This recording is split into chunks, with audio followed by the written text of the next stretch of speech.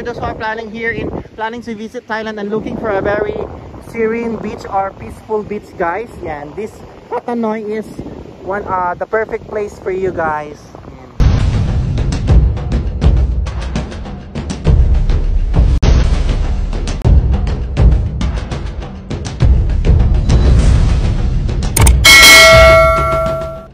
Hi guys, Jules and welcome back to my channel.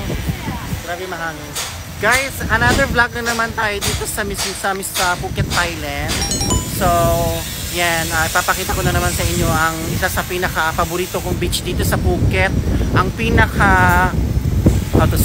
isa sa pinaka-tahimik, peaceful, one of the peaceful beach here in Phuket, Thailand. It's part of Kata Beach, guys. So, right now I'm here at Koh Noi.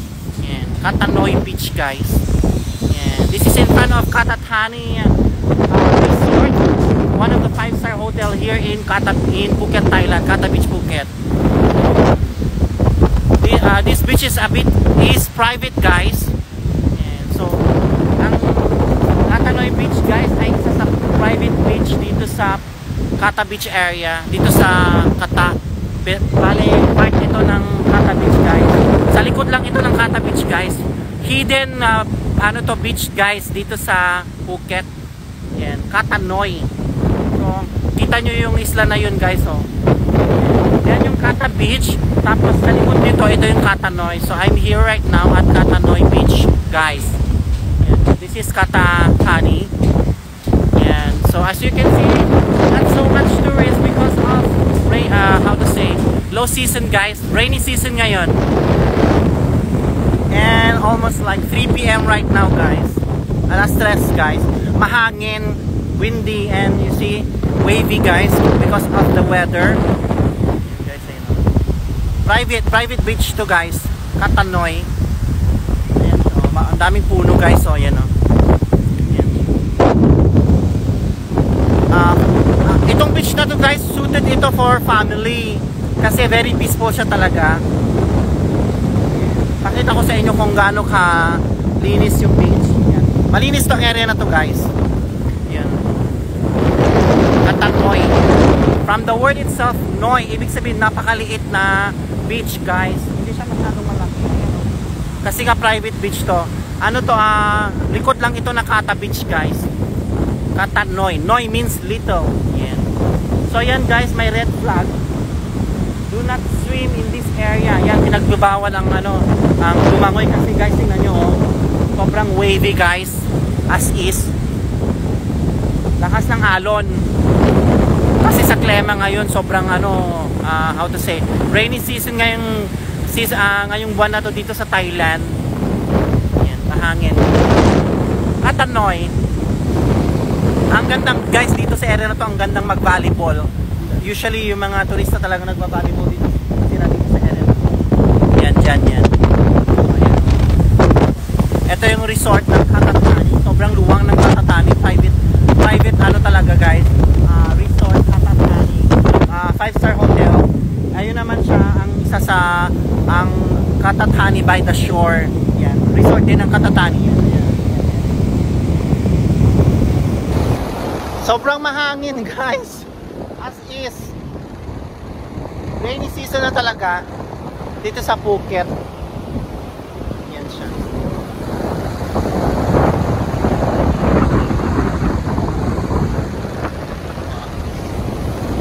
Walang masyadong turista ang ating buhok.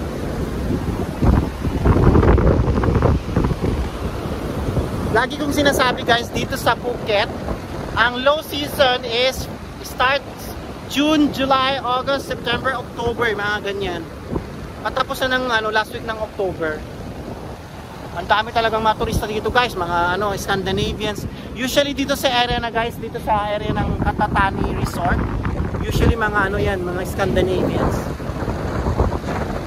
Yan. Scandinavians, Russians, yung mga yan. Ayaw ko mag-swimming kasi tingnan nyo, guys, di ba? Sobrang malakas ang alon.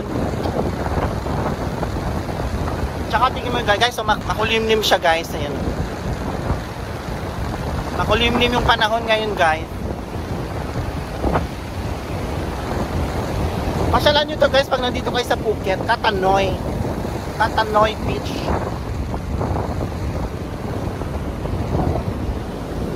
Ayan guys, oh, sobrang maalon talaga guys. Ayan siya. Parang kasi mukhang uulan ngayon guys. Perfect season ng surfing dito sa Phuket guys. Kita nyo walang masyadong turista guys. Low season dito sa Phuket. Ayan. Kita nyo ang sun. Ganda oh. White sun guys. Yung buhangin oh, di ba? Mayroon din silang mga sunbed. Area na yan oh. I think almost like, ang alam ko dyan 100 baht. Yeah, ang rental niya ng sunbed saka umbrella. Ayan. So yan oh, may mga puno ng nyog. Ayan. Hindi ito masyadong kalakihan na beach guys. Ayan, Katanoy.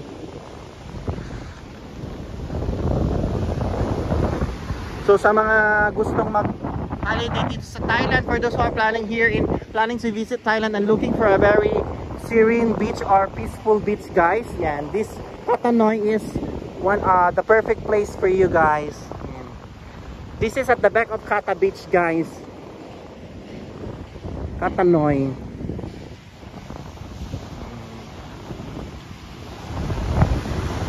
I have to show you the water.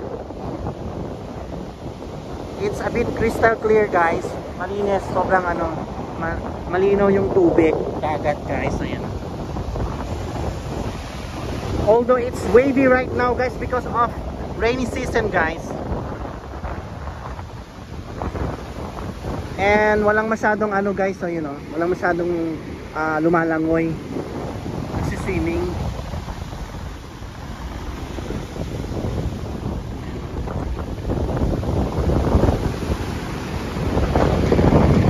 Usually guys, pag high season around yan, mga October, November, December, yan, ang dami talagang turista dito guys sa Katanoy. Itong Katanoy Beach guys, this is part of Katathani private beach guys, but then outsider are allowed to also to swim to go here in Katanoy Beach guys.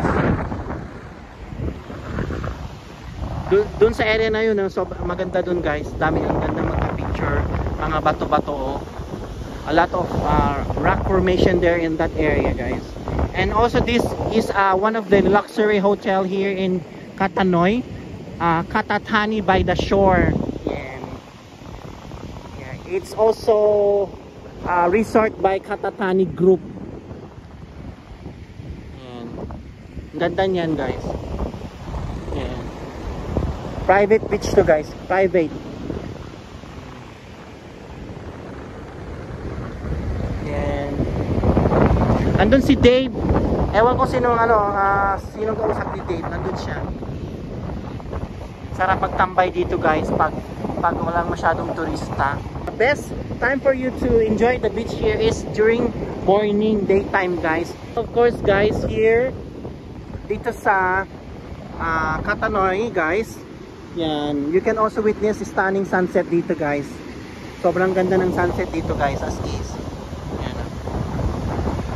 Dito yan sa Katanoy Beach guys. Bayaw, sobrang tahimik dito sa beach na to. 'Di ba? Wala masyadong turista guys. Naka-shades na tayo. Ano yung ginagawa ni Kuya? Yan, may mga sila dyan guys, oh. Sunbed.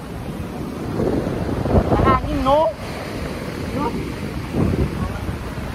Bawal mag-swimming kasi may red flag. Sabi ko nga sa inyo, pag may mga ganyang red flag, pinagbabawal ang ang mag-swimming. Delikado talaga guys, as is.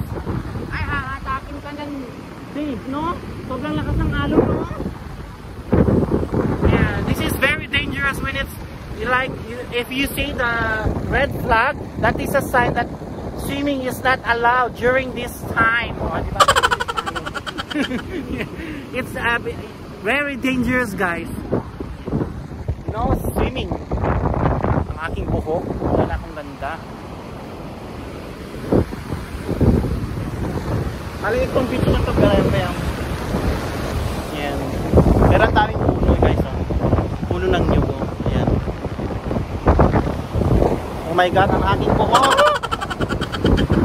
Sobrang hangin. Pakita natin yung tubig. Buhangin, kulay puti, oh. White sand. Actually crystal clear beach din guys dito guys. Yeah. Sobrang maalon. Delikado talaga guys as in. Delikado. Ayan si Aki oh. Walang masyadong turista. Bayaw na. Doon muna tayo po. Tambay-tambay muna tayo. Yan. So guys. Ano to, tagong ano to beach guys, likod lang ng Kata Beach guys. Okay guys, I have to end my vlog. Nagtambay lang kami ni Dave dito sa Katanoy Beach. Hindi magandang panahon, paulan na kasi, kaya kailangan na namin umuwi. And so please guys, don't forget to support my social media page, Feeling Thailander. Like, share, comment, and subscribe. Dito yan sa Phuket, Thailand guys. Ang nag-iisang Feeling Thailander ng Phuket, Thailand. Here at Katanoy Beach. Bye! Bye-bye ka na, Dave. Yeah, mahihain si Dave. Busy yan sa kakachat sa asawa niya. Bye!